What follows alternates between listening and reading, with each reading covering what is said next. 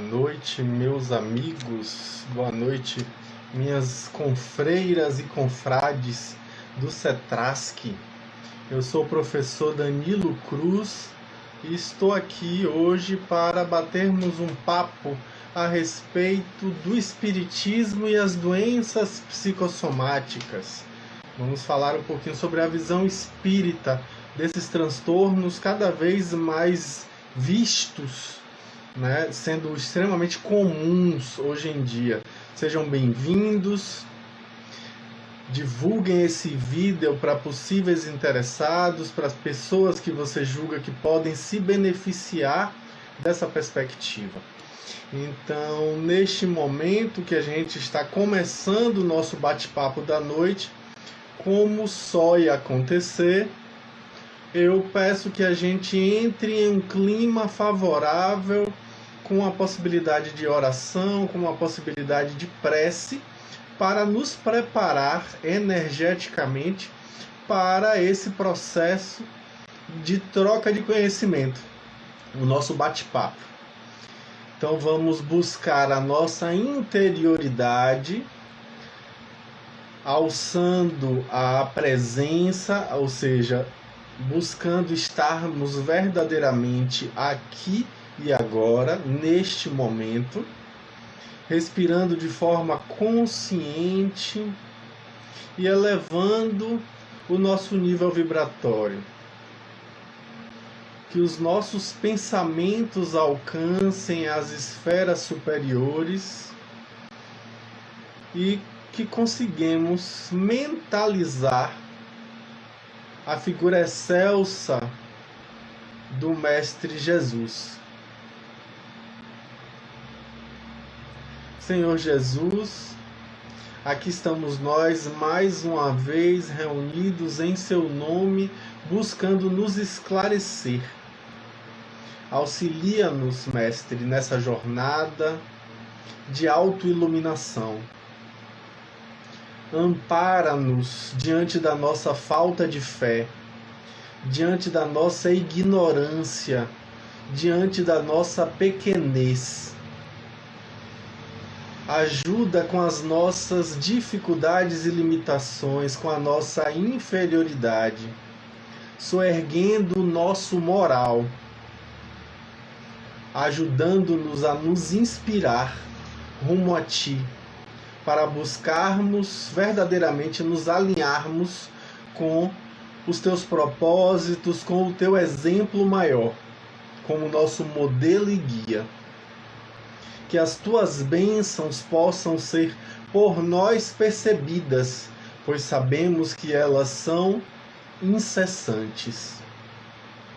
Que a Tua amorosidade possa ser multiplicada por nossos corações e muito especialmente por nossas mãos, para todos aqueles que cruzarem os nossos caminhos.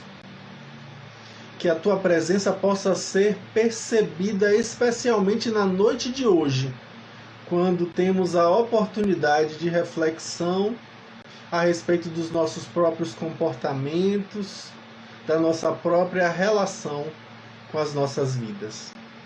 Que assim seja. Maravilha, pessoal. Boa noite mais uma vez. Sejam todas e todos bem-vindos. Estamos aqui mais uma vez nessa casa maravilhosa que sempre me acolheu com muito carinho, com muita receptividade, que é o CETRASC.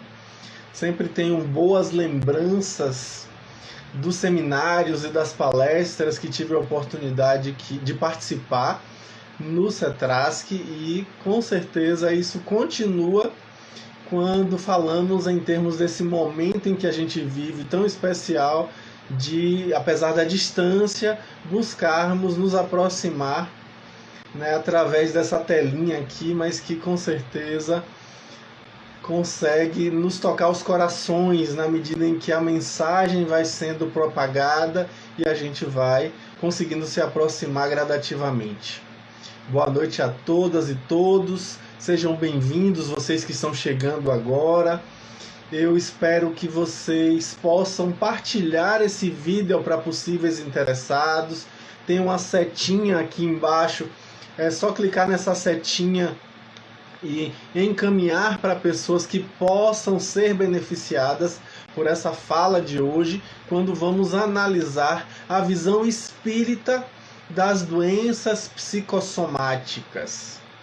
Pois bem, então eu começo a minha fala trazendo uma história interessantíssima que está figurada lá no capítulo de número 7 do livro O Espectro da Consciência, de Ken Wilber, quando ele traz de volta a história de Pierre Janet, um dos mais famosos alunos de Charcot, o eminente psiquiatra que trabalhou no Hospital Le Salpêtrière, em Paris, lá no final do século XIX.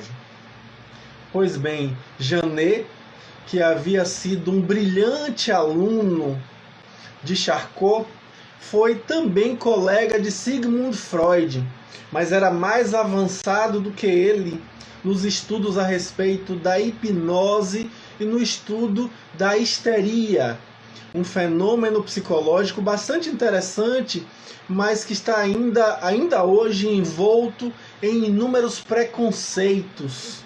O próprio termo histeria, quando usamos hoje no vulgo, geralmente nos remete a uma perspectiva de teatralidade, com uma perspectiva de intencionalidade, que muitas vezes não corresponde bem ao que acontece realmente com quem sofre dessa perspectiva. O termo por si já é, de certo modo, um tanto quanto preconceituoso, na medida em que a palavra histeria vem do grego hysteros, que significa útero. Só aí a gente já vê o preconceito. A visão de que histeria seria um transtorno mental exclusivo das mulheres. E já naquela época de Charcot, vamos perceber que isso não acontece dessa forma. É bem diferente. Deixa só eu ativar aqui o comentário para elucidar as pessoas qual é o tema da nossa fala de hoje. Porque volta e meia eu me esqueço de fazer esse esclarecimento. Opa, espiritismo e doenças psicossomáticas.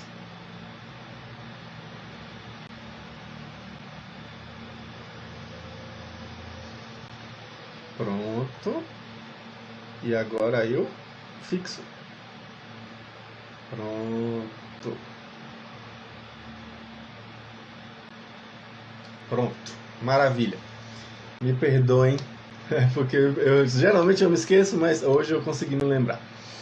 Então, como eu estava dizendo, Janet foi um eminente psiquiatra, trabalhador lá do Hospital Le Salpêtrière, e como diz Ken Wilber no livro O Espectro da Consciência, em determinado momento ele estava dando aula para seus alunos a respeito da hipnose e mandou entrar um dos voluntários, ou seja, é bom lembrar, né?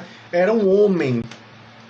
Só aí a gente já percebe como o preconceito não tem sentido nesse caso específico.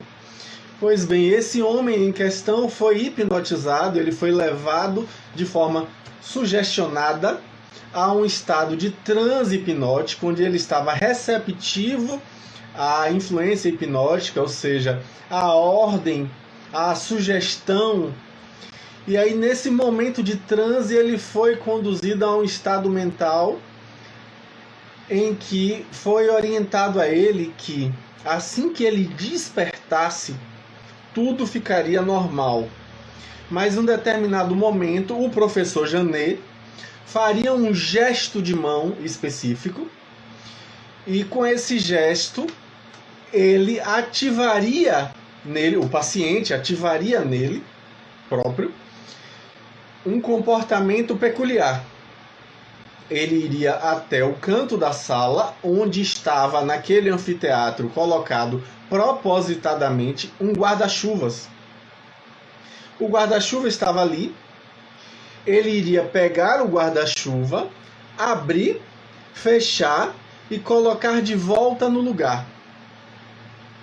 Era a tarefa que ele deveria fazer. Abrir o guarda-chuva, fechar, colocar de volta no lugar. E assim foi feito. Com toda a sugestão hipnótica que foi colocada, aquele jovem, que não tão jovem, era um jovem senhor, melhor dizendo, foi despertado do seu transe hipnótico, e os alunos que estavam naquele anfiteatro lhe perguntaram o que ele havia vivido. E ele disse que não lembrava do que havia acontecido durante aquele momento de transe hipnótico. Eis que o professor Janet, em determinado momento da fala dele, levanta a mão, conforme o que havia sido combinado, e automaticamente aquele senhor se levanta da cadeira, se aproxima do guarda-chuva no canto da sala, daquele grande anfiteatro, puxa o guarda-chuva de onde ele estava, abre, fecha e coloca ele de volta no lugar. E automaticamente ele volta para o lugar onde ele estava originariamente quando o professor fez o gesto. As pessoas vendo aquilo, surpresas pelo fato de que a sugestão hipnótica funcionou, perguntavam para ele por que ele havia feito aquilo. Sem saber responder o motivo, já que ele estava sob uma sugestão hipnótica, ele havia sido hipnotizado, colocado em um transe, e por conta disso ele não tinha acesso de forma consciente aos motivos que levavam ele àquele comportamento. Ele então dava uma justificativa que fosse minimamente plausível para responder àquela demanda específica. Ele tentava justificar, apesar de sentir um certo incômodo com o fato de não saber exatamente por que ele havia feito isso. Aí então ele respondeu: eu fiz porque eu estou precisando de um guarda-chuva. Aquele ali estava, me chamou a atenção, eu fui lá, abri para ver como ele era, para ver se seria um modelo interessante para eu comprar em um momento oportuno. E assim ele respondeu e as pessoas sorriam, porque percebiam que ele realmente não tinha qualquer consciência do motivo que havia levado ele a aquela situação, aquele comportamento específico. Um novo paciente foi chamado, e aquele foi retirado do ambiente, e foi também aquele novo paciente conduzido a um transe hipnótico, e o mesmo tipo de sugestão foi feita. O mesmo tipo de sugestão foi feito. O que é que acontece? Aquele novo paciente, quando desperto, quando estava sendo entrevistado pelos alunos, viu o gesto do professor Janet, aquele gesto previamente combinado, automaticamente se levantou de onde estava, correu ao canto da parede onde estava o guarda-chuva, abriu, fechou, colocou de volta e voltou para seu lugar. Os alunos que assistiram aquilo perguntavam para ele também, aquele novo paciente, por que ele havia feito o que fez. E a resposta dele não foi diferente da do primeiro. Ele disse que, na verdade, havia feito aquilo porque viu, desde o momento que entrou na sala, que havia um guarda-chuva ali. E ele imaginou que alguém tivesse perdido o seu guarda-chuva, foi ver se reconheceria de quem seria aquele guarda-chuva para poder devolver oportunamente. Você vê que a justificativa é um pouco diferente, mas se trata do mesmo modo que a primeira, de uma confabulação, ou seja, não é uma mentira. Ele não estava mentindo, ele estava tentando dar uma justificativa minimamente plausível, minimamente aceitável para a nossa racionalidade, e trazia aquilo com uma sinceridade que convencia as pessoas que não tivessem visto o fato. Porque ele próprio não sabia o motivo. A gente encontra esse tipo de situação, por exemplo, em idosos que estão apresentando seus primeiros sintomas de demência senis.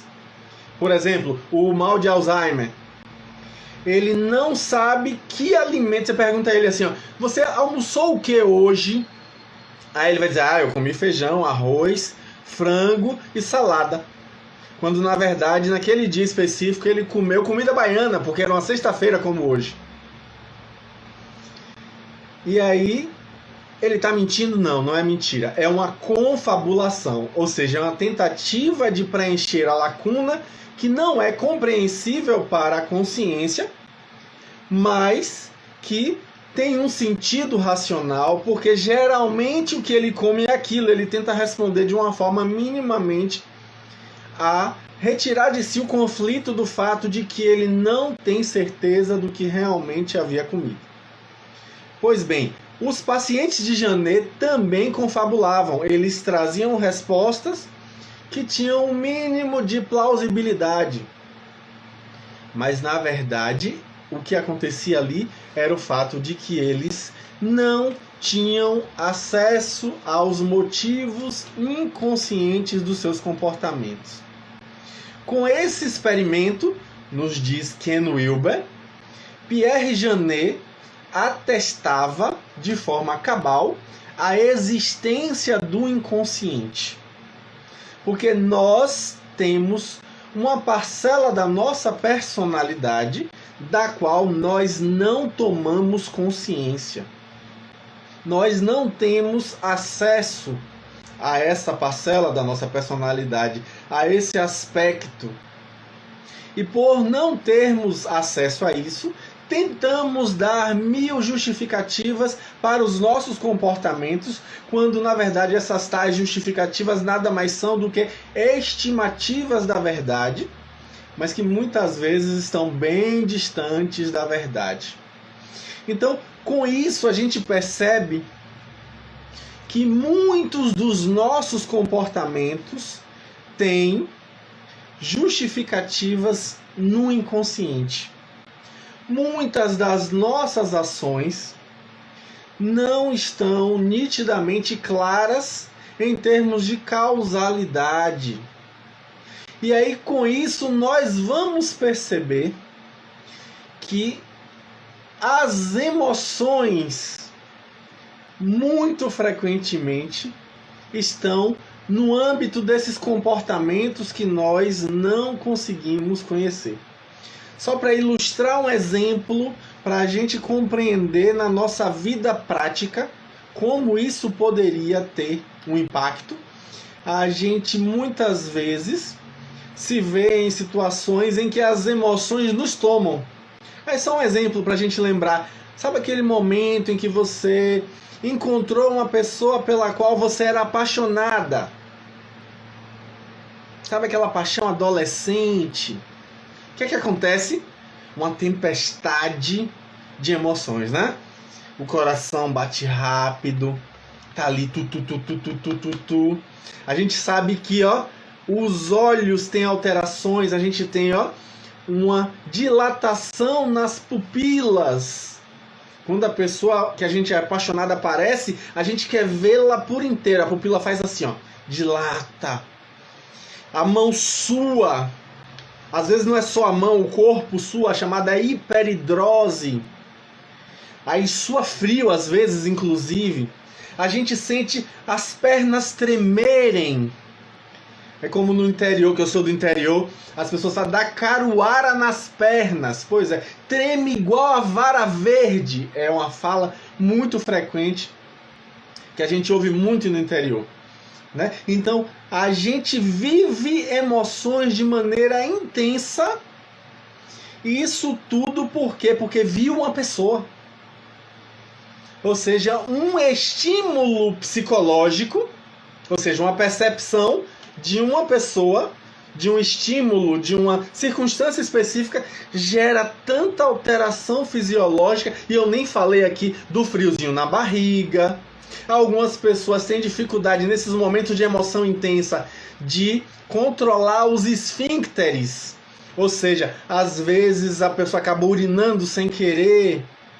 A gente vê isso de vez em quando, algumas pessoas urinam porque estão rindo muito, né? Ou até mesmo defecando. Isso também pode acontecer no momento de grande emoção, em especial no medo intenso. Não é verdade? Pois bem, a gente vai ver algumas pessoas sentirem formigamento nas têmporas. Algumas pessoas vão falar de anestesia de partes do corpo, uma insensibilidade. Outras vão ter até mesmo cãibras, as chamadas mioclonias, né? Quando o corpo começa a reagir como se a gente estivesse ali tendo espasmos musculares. Tudo isso por conta de um fenômeno emocional. Quando a gente é convidado a fazer uma palestra para uma grande multidão. Eu me lembro, as primeiras palestras que eu fiz, meu Deus do céu, era um nervosismo. Eu me lembro bem, a primeira palestra espírita que eu fiz, eu tinha 18 anos, no Centro Espírita Paulo e Estevão, na Pituba, em Salvador. E óbvio que eu gaguejei, óbvio que eu fiquei tenso, óbvio que deu muita tensão muscular. Depois eu fiquei sentindo dores, aquela tensão, aquela coisa. Óbvio, faz parte. E ainda hoje, de vez em quando sou convidado para uma plateia, ou que eu sei que tem alguém que é, por exemplo, fera no assunto que eu vou falar. Ai, meu Deus, eu sinto ainda, a gente sente esse padrão emocional. Para você ver como um estímulo pode trazer para o nosso organismo toda uma forma de reagir. Então, com isso, a gente percebe que todo comportamento humano comunica algo. Olha que fala interessante. Dentro da psicologia sistêmica, esse é um dos paradigmas. Todo comportamento humano comunica algo. Ou seja, tudo que a gente faz tem um sentido, nada é desprovido de significado. E como a gente muito comumente no movimento espírita repete bastante que não existe acaso, que nada há sem o sentido, isso casa direitinho com a visão espírita. A gente sabe que tudo tem um sentido, todo comportamento comunica alguma coisa. E às vezes, quando a gente não consegue comunicar através da nossa fala, a gente comunica com o organismo. Quando a boca cala, o corpo fala. Quantas das nossas doenças são exatamente decorrentes disso aí? Por quê? Porque a palavra, ela é um símbolo. E a palavra grega, símbolos, significa na sua origem. Vocês sabem que eu gosto muito de etimologia, né? Que é a origem das palavras. Símbolos significa aquilo que une, aquilo que junta. É o contrário da palavra grega diabolos, que é de onde vem a palavra diabo, que significa literalmente na sua origem aquilo que divide, aquele que separa, aquele que fragmenta, o que rompe. Né? Pois bem, daí é que vem essa palavra. Então a palavra símbolo é o que une. Une o quê? Une o que está dentro com o que está fora. Une a experiência subjetiva com a experiência objetiva. Unifica a vivência com a expressão dessa vivência. Então, naquele momento, através da palavra, a gente pode comunicar ao outro o que está vivendo internamente. E no momento que cessa a palavra, essa comunicação, sendo necessária, se dá através do nosso corpo, da atuação que o corpo providencia. E essa atuação às vezes é fisiológica, às vezes ela se manifesta no nosso corpo. Às vezes a gente vai perceber que os órgãos trazem essa comunicação. Tem um psicólogo que eu gosto bastante, que é Carl Rogers, que vai chamar de incongruência esses conflitos internos que a gente vive quando a gente não tá conseguindo ser a gente mesmo, Sabe? Quando a gente fica querendo ser o outro, parecer aquilo que não é. A gente às vezes tem isso, né? De querer aparentar que está bem, que está tudo maravilhoso, mas não é exatamente isso que está vivendo. A gente faz semblante de que está tudo muito bem, mas internamente está vivendo um momento difícil, complicado. E aí insiste em investir numa imagem pública de maravilha, de que está tudo ótimo, quando na verdade, por dentro, está vivendo um caos. E a isso ele dá o nome de incongruência.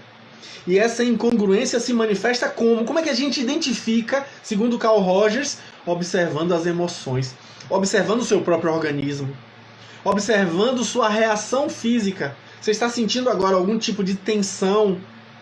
Você está sentindo agora algum tremor? Você está sentindo agora uma salivação excessiva ou uma boca seca? Você está sentindo agora uma taquicardia? Ou seja, ele nos convida. A respiração mudou. Ele convida sempre a esse olhar para dentro para identificar o conflito subjetivo, o conflito psicológico, através do olhar para o corpo. Perceber a respiração. Perceber o nosso momento, a nossa presença, o aqui e agora. É através desse olhar que a gente vai conseguir perceber o que é que o corpo está comunicando da nossa subjetividade, que as nossas palavras não estão conseguindo alcançar. E aí com isso a gente vai perceber que às vezes essa comunicação é apenas simbólica no sentido de não afetar realmente o nosso corpo físico de forma cabal, mas há ali uma afetação de forma funcional. Como assim, Danilo? Afeta a função, mas não afeta o corpo. Por exemplo, aí eu já vou fazer a diferença desses dois transtornos. Existe um transtorno chamado conversão, que é quando a gente traz para o corpo o simbolismo daquela dor, mas não afeta o corpo. Por exemplo, algumas pessoas têm paralisia psicológica. A pessoa não consegue andar, não consegue mover os membros inferiores. Aí vai no neurologista, faz os exames, vai no fisiatra, faz os exames todos e o corpo está funcionando perfeitamente, não tem nada de errado. Todos os reflexos estão normais, não tem nada de errado com o corpo. E aí o médico identifica isso e diz: você não tem nada. Aí encaminha para o especialista em nada. O psicólogo, né? É o especialista em nada. Porque não tem nada, entre aspas, não tem nada orgânico, mas tem algo emocional ali sendo manifestado. Há uma conversão. Cegueira psicológica, eu já vi isso trabalhando, né, já há 17 anos com saúde mental. Já atendi casos assim. Já atendi casos muito frequentemente de situações em que a pessoa está vivendo um conflito emocional tão grave que ela não consegue encarar esse conflito e transforma ele em um sintoma físico sem que haja um fenômeno orgânico ali envolvido. Exemplo clássico que cada vez está menos comum de acontecer, a chamada pseudociese ou gravidez psicológica. Gravidez psicológica está cada vez menos comum, por quê? Porque hoje você vai numa farmácia, gasta menos de R$10, compra um teste que atesta que você realmente não tem aquela gravidez, que era tudo psicológico. Então hoje é muito fácil a gente tirar esse sintoma aí, mas ainda assim algumas pessoas mesmo assim desenvolvem esse sintoma. E aí não tem nada no organismo ali, mas ainda assim ela faz o barrigão. A gente vê nitidamente aquilo ali.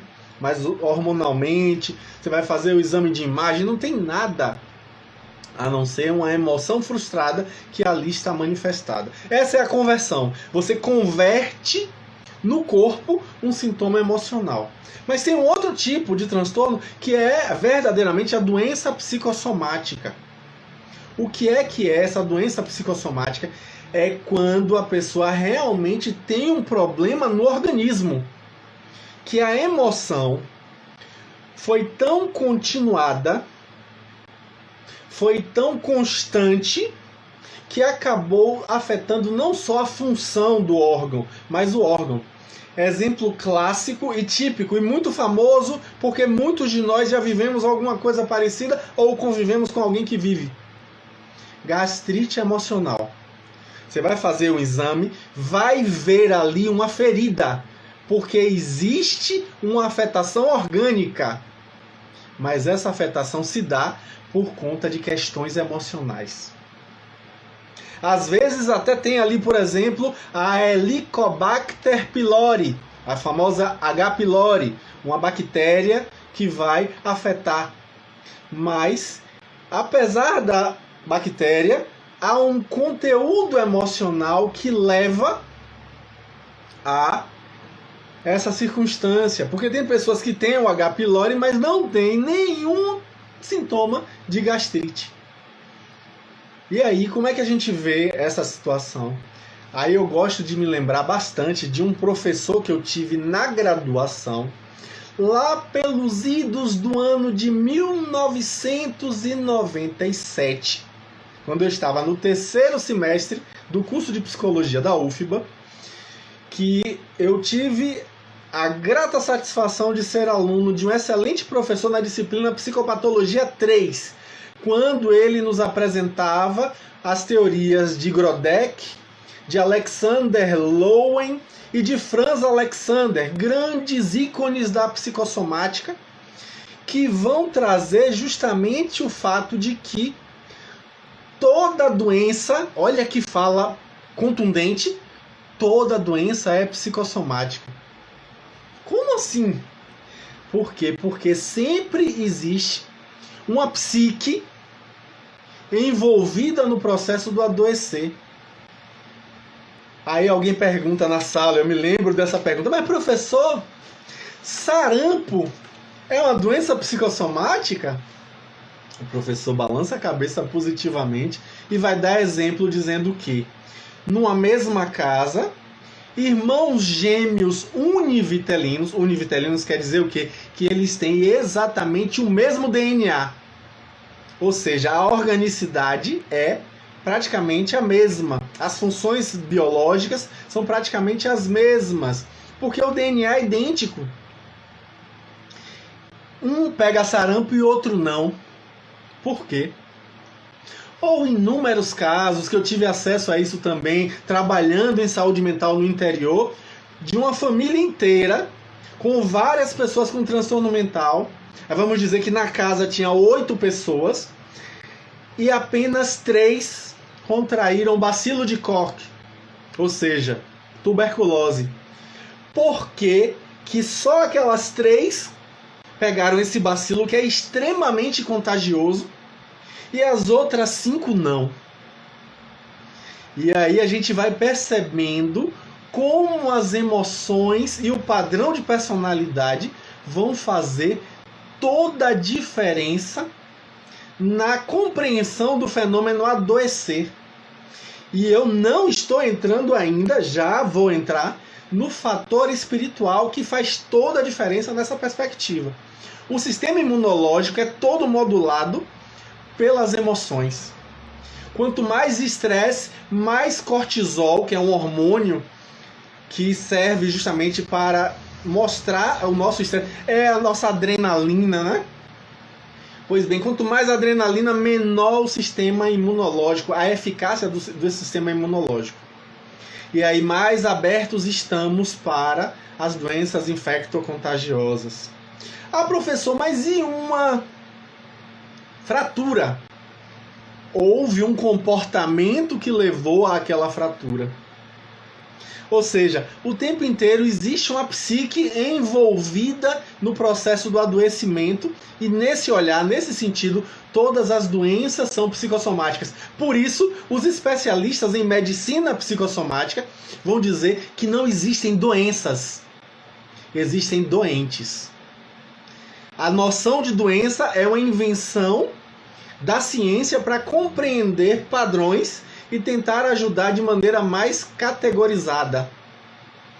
Mas não existe uma depressão igual a outra, não existe um transtorno bipolar igual a outro, existem sempre inúmeras singularidades e peculiaridades. Com isso aí a gente vai perceber o motivo para ter surgido uma ciência, que inclusive Divaldo Pereira Franco fala muito dela, que é a chamada psiconeuroendocrinoimunologia. O nome é enorme. Vou repetir. Psiconeuroendocrinoimunologia, que é o que estuda justamente esses fenômenos. Aí eu me lembro de um livro que fala do cérebro triuno, ou seja, um cérebro em três, que é de Paul MacLean, publicado em 1968, que vai corroborar com o que André Luiz trouxe através dos ensinos dos nossos mentores espirituais superiores, através da mediunidade abençoada de Chico Xavier, lá no ano de 1947, no livro No Mundo Maior, quando eles vão falar justamente que o cérebro humano é dividido em três partes. Olha a ciência confirmando o que a doutrina espírita falou antes. Esse cérebro triuno são exatamente essas três partes. A parte mais basal, que são os automatismos, como diz André Luiz. A parte mediana, que corresponde ao córtex motor, que corresponde à nossa visão com o hoje. Os automatismos têm a ver com o nosso instinto, o nosso passado animal, evolutivo. O hoje é o momento presente e a nossa visão do lobo frontal, os lobos frontais, que é a terceira parte do nosso cérebro, que o professor Paul MacLean vai falar justamente como sendo os três modos de se usar o cérebro, que André Luiz já havia falado antes. Aí a gente vai perceber que essa última parte é a fonte do nosso superconsciente, ou seja, nossas potencialidades, nosso futuro, que está em nós também. Olha que fala interessante. Inclusive, existe um autor que eu gosto bastante, que falava disso lá na época de André Luiz também, que é Roberto Assagioli, o pai da psicossíntese, um italiano brilhante, que depois de desencarnado vem através da mediunidade de Ruth Brasil Mesquita trazer um livro maravilhoso que eu sempre recomendo, chamado Reflexões sobre a Paz. Assagioli é brilhante. Ele vai falar isso, que nós às vezes vivemos o subconsciente olhando para o superconsciente. Ou seja, vivemos a nossa animalidade olhando para as nossas aspirações espirituais. Ou o contrário, queremos viver as aspirações espirituais, mas com inveja de quem está vivendo lá embaixo a animalidade. E aí a gente não está inteiro. Olha aí a incongruência de Rogers. A gente não está vivendo nenhuma coisa nem outra, e aí está completamente dissociado de si. Não está sendo completo, inteiro. Existe uma autora também, Suzanne O'Sullivan, que vai trazer justamente num livro que não foi traduzido para o português, chamado It's All in Your Head, ou seja, seria uma tradução assim, está tudo na sua cabeça. Ela vai falar só sobre conversões, sobre fenômenos conversivos, nos trazendo o aprendizado maravilhoso de inúmeros transtornos emocionais que têm como causa emoções disruptivas, problemas com culpa, com medo, com sensação de obrigação, com raiva, todos esses sentimentos negados que se manifestam através do nosso organismo. E é por isso que Chico Xavier vai nos trazer de forma magistral que a paz ela advém da tranquilidade, da consciência do dever cumprido. Enquanto a gente não vive essa paz da consciência de dever cumprido, a gente fica nessa sensação de que a gente não está vivendo o nosso potencial, não está vivendo o nosso significado existencial, o nosso sentido de vida. Essa fala dele me faz lembrar dos estilos de personalidade, que é outro estudo brilhantíssimo, e como alguém colocou aí de forma também bastante proveitosa, todo esse tema de hoje, obviamente, que daria não só um seminário, mas alguns, com inúmeros palestrantes, é bom dizer. A gente vai ver que padrões de personalidade têm a ver com padrões diferentes de adoecimento. Personalidade de tipo A, pessoas apressadas, controladoras, irritadiças, impacientes, geralmente elas tendem a desenvolverem mais facilmente problemas cardiovasculares, em especial hipertensão arterial. Não quer dizer que você tendo hipertensão é desse tipo de personalidade. E também não quer dizer necessariamente que esse tipo de personalidade vá gerar necessariamente esse tipo de transtorno. Mas existe uma correlação estatística. E só isso já é suficiente para a gente ter um olhar para si e se posicionar. Personalidade tipo C predispõe para o câncer. São pessoas muito mais ensimesmadas, introvertidas. Personalidade tipo D, pessoas mais estressadas. Isso também predispõe para problemas articulares, para problemas de diversas naturezas. Só estou trazendo alguns exemplos aqui para a gente perceber como a psique influencia no surgimento disso. E aí eu não estou nem incluindo ainda a questão do fator espiritual. Porque a gente tem que incluir aí também, como diz Joana, de forma também importante, e aí eu trago também uma fala que eu gosto bastante, que é de Jorge Andréa dos Santos, psiquiatra que escreveu um livro chamado Psicologia Espírita. Pois é nesse livro que ele vai falar dos fatores espirituais, incluindo aí também a necessidade evolutiva, porque às vezes a gente traz questões das nossas encarnações passadas para serem resolvidas nessa, e os fatores obsessivos, porque nós nos vinculamos a outras mentes, que muitas vezes vão ter o papel de uma parasitose espiritual, vão se vincular conosco e nos insuflar pensamentos, emoções, para tentar nos punir dos males que supostamente nós fizemos com eles no nosso passado evolutivo. E porque mentalizamos, sintonizamos com eles através da culpa, como diz Joana, é justamente a emoção da culpa que faz a gente se vincular com esses espíritos, daí a necessidade da terapêutica do auto-perdão. A gente vincula com eles e aí acaba se tornando acessível para eles e influenciável para eles. Somos hipnotizados por eles sem sabermos. Olha que importante para a gente pensar. Aí Joana, no livro Estudos Espíritas, vai nos lembrar do papel crucial do perispírito, que é o nosso corpo espiritual. Ela vai chamar inicialmente de psicossoma. A palavra soma, gente, em grego significa corpo. Somatizar, eu vejo muitas pessoas usando de forma equivocada a palavra somatizar, como se fosse soma, adição, né? Somatizar como se fosse assim, estou somatizando coisa, como se fosse estou juntando mais coisas. Não, isso é um equívoco. O termo somatizar quer dizer corporificar, trazer para o corpo uma coisa que não é originariamente do corpo, ou seja, uma questão emocional. Então, psicossoma quer dizer literalmente corpo do espírito, corpo da alma, corpo da mente. É o perispírito, né? Que já é velho conhecido, né? A gente tem hoje grandes autores chamando ele de modelo organizador biológico, é o chamado MOB, que na verdade é um mediador plástico entre o espírito e o corpo. É um meio termo entre o espírito e o corpo. O espírito, como sendo inteligência, precisa de uma forma, e é o perispírito que dá essa forma.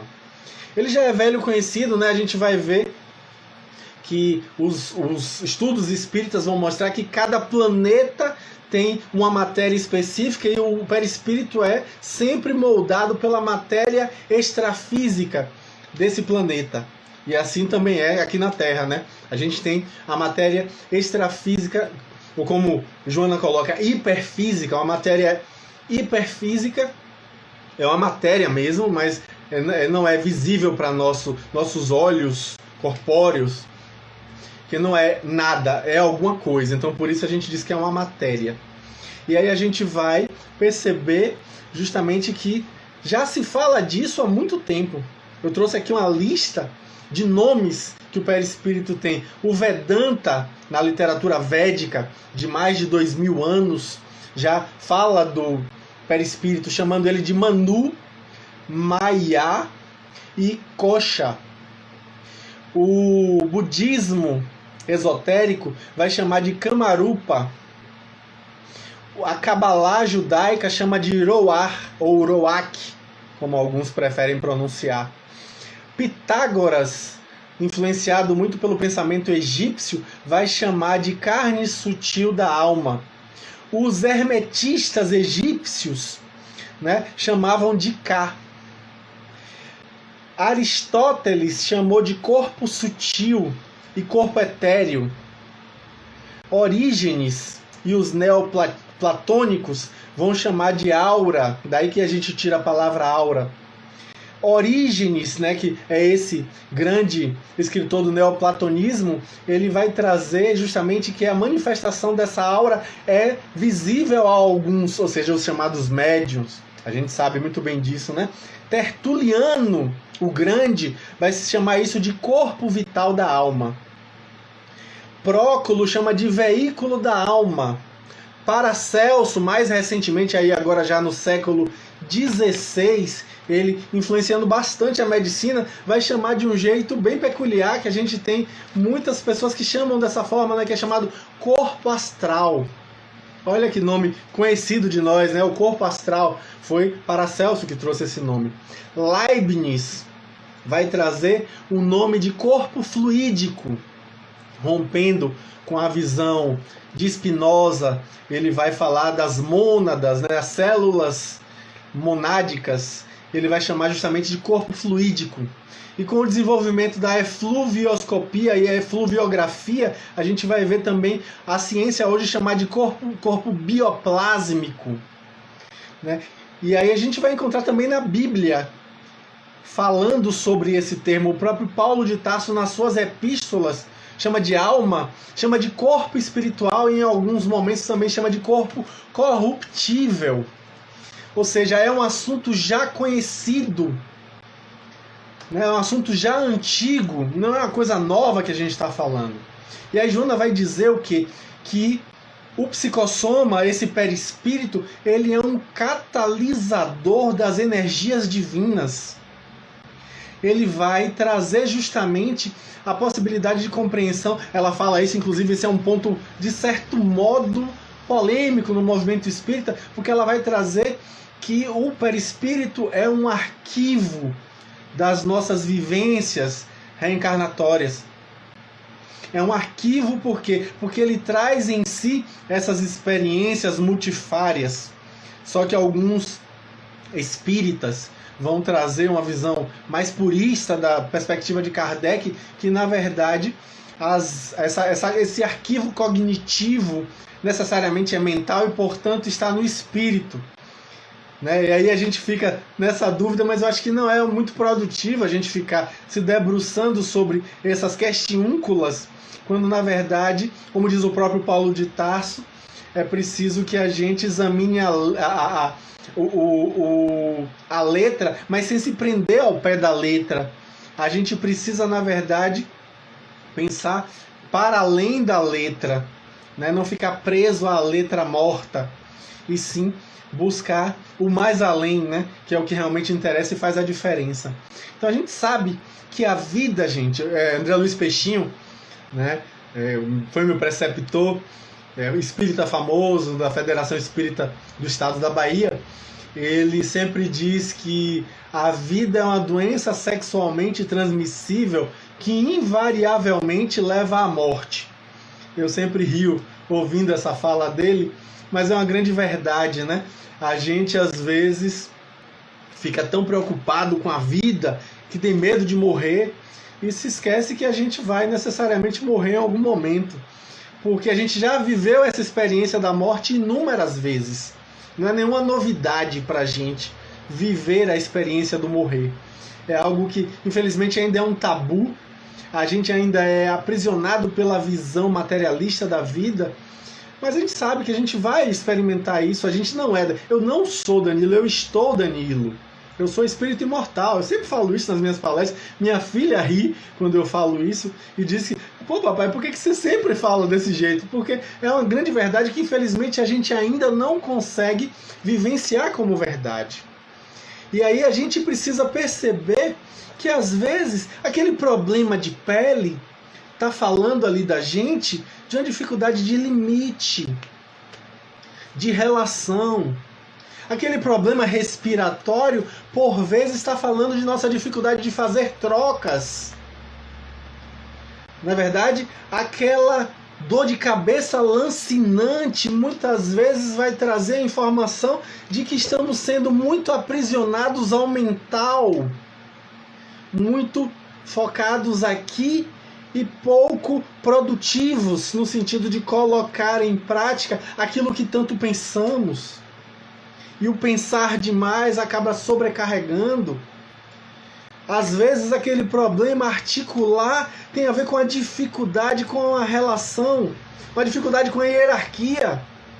Aquela questão na coluna pode ter a ver com a dificuldade com relação ao fato de que a gente está assumindo responsabilidades que muitas vezes não são nossas, uma dificuldade de dizer não. Aquele problema cardíaco pode estar trazendo ali uma questão bem clara com relação à forma como a gente expressa os nossos sentimentos. Aquele problema específico com a nossa tireoide pode estar dizendo que a gente tem engolido muito sapo. Ou até isso também pode referir à nossa gastrite, de tanto sapo que engole, o estômago virou um grande brejo. E aí, óbvio que a emoção se manifesta primeiramente de maneira energética, como dizem os acupunturistas e a medicina tradicional chinesa, e depois aquilo ali vai se tornando funcional e posteriormente se torna orgânico. A medicina tradicional chinesa fala disso, né? Que primeiro a manifestação é energética, depois funcional e por último de maneira fisiológica no sentido de anatômica, que vai mexer justamente com aquilo. Então a gente precisa começar a se questionar. Como é que está o meu posicionamento diante das minhas emoções? Diante da minha forma de comunicar essas emoções? Como está a minha possibilidade de compreensão do que essas emoções estão falando? O que será que eu estou calando e o que o corpo está gritando a partir daquilo ali? Então é preciso que eu tenha uma perspectiva de compreender que muitas vezes é justamente essa compreensão que está faltando. Em O Livro dos Médiuns, Kardec vai deixar de forma muito clara lá no item de número 54 que inúmeros problemas até hoje insolúveis vão ser compreendidos apenas quando começarmos a entender o papel do perispírito. Olha que fala interessante lá na época da publicação do Livro dos Médiuns e que hoje ainda é algo tão atual. Como a gente precisa compreender os nossos padrões emocionais e compreender o papel do perispírito nisso tudo. Inclusive na terapêutica.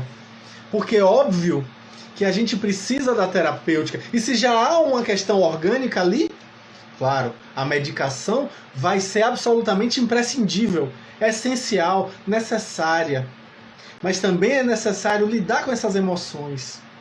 Às vezes a gente precisa de um profissional para poder, de forma isenta, de forma imparcial, ter uma continência, ter um ouvido educado, uma escuta qualificada para nos ajudar a simbolizar aquela dor que a gente não está conseguindo compreender. E, obviamente, que o tratamento espiritual vai fazer toda a diferença. O tratamento fluidoterápico, através da imposição de mãos, o passe magnético, a oração que é capaz de mobilizar energias eletromagnéticas de maneira maravilhosa e esplêndida, fazendo verdadeiros milagres, não no sentido que a gente dá da palavra milagre, mas no sentido originário da palavra. A palavra milagre vem de miraculum, que significa algo admirável. Então, que a gente consiga perceber a necessidade de compreensão desse processo e assim ter ouvidos de ouvir e olhos de ver, para perceber o que é que nosso organismo está trazendo de nossa caminhada para a compreensão do nosso autoconhecimento. Porque todo comportamento humano, como eu disse anteriormente, comunica alguma coisa. Então a gente precisa estar atento para o que o nosso comportamento está comunicando. E assim, verdadeiramente, nos conhecermos de maneira profunda e verdadeiramente nos alinharmos de maneira consciente com as leis divinas que nos regem, através da compreensão das leis que estão inscritas na nossa consciência, como dizem os Espíritos em O Livro dos Espíritos. Convido agora para que a gente faça a nossa oração para finalizarmos o nosso bate-papo da noite de hoje, elevando as nossas mentes e sentimentos ao mais alto. Senhor Jesus, nosso coração transborda em gratidão. Estamos muito agradecidos pelas reflexões que tivemos hoje. Que a tua amorosidade, sendo percebida por nós, possa nos insuflar esperança para as tarefas que virão. Possam nos trazer estímulo para multiplicarmos a tua amorosidade onde quer que estejamos, com quem cruzar os nossos caminhos. Sê conosco agora e sempre, Mestre. Que assim seja. Maravilha, pessoal. Um grande abraço e até a próxima, com fé em Deus, com mais reflexões, com mais crescimento, para que a gente possa aprender cada vez mais com essa doutrina maravilhosa que regenera, esclarece e nos traz tantas oportunidades de crescimento. Grande abraço e até a próxima.